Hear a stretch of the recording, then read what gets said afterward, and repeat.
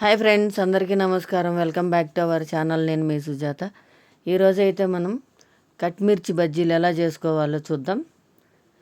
వీటి కోసం నేను 1/2 కిలో బజ్జీ మిరపకాయలు తెచ్చుకున్నానండి. ఇవి బాగా కడిగి పెట్టుకొని ఇలా కత్తితో ఘాట్లు పెట్టుకోవాలి. కొనలు కూడా కట్ చేసుకోవాలి. ఇలా అన్నీ చేసి పెట్టుకోవాలి మనం, ఎందుకంటే ఆయిల్లో వేసినప్పుడు పగల కన్నా ఉంటాయి, అందుకే కట్ చేసుకుంటాం మనం. ఇప్పుడు మనం 400 గ్రాముల శనగపిండి తీసుకొని 1 స్పూన్ వాము, తగినంత ఉప్పు, వంట సోడా కొంచెం, 1 స్పూన్ కారం వేసుకోవాలి. ఇదంతా మనము ఇలా కలుపుకోవాలి. ఇప్పుడు మనం ఇలా అంతా కలుపుకున్న తర్వాత వాటర్ పోసుకొని ఉండలు లేకుండా బాగా మెత్తగా కలుపుకోవాలి. ఉండలు ఉంటే మిరపకాయలకు సరిగ్గా అంటుకోదు. ఇలా కలుపుకోవాలి ఫ్రెండ్స్. ఇలా ఉంటే సరిపోతుంది. ఇప్పుడు మనం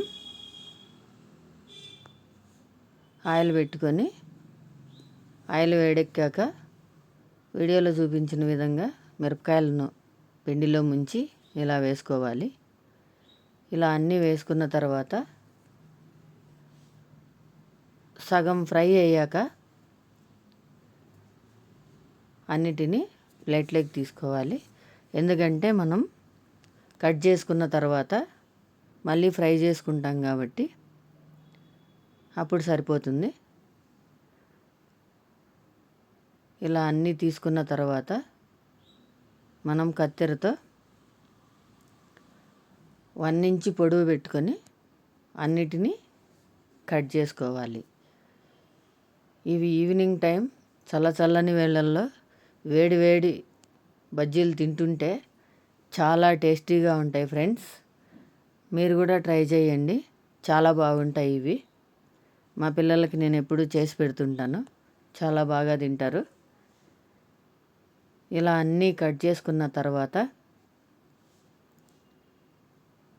మనం స్టవ్ వెలిగించుకొని ఆయిల్ పెట్టుకొని హీట్ ఎక్కాక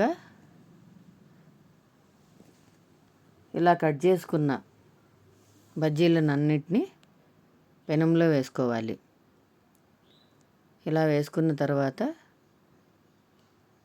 క్రంచీగా ఉండేట్టు ఫ్రై చేసుకోవాలి. ఇవి చాలా టేస్టీగా ఉంటాయి ఫ్రెండ్స్. ఇప్పుడు మనం ఇలా అన్నీ ఫ్రై చేసుకున్న తర్వాత వేరుశనగ గింజలు కూడా ఇలా గెంటిలో వేసుకొని ఫ్రై చేసుకోవాలి.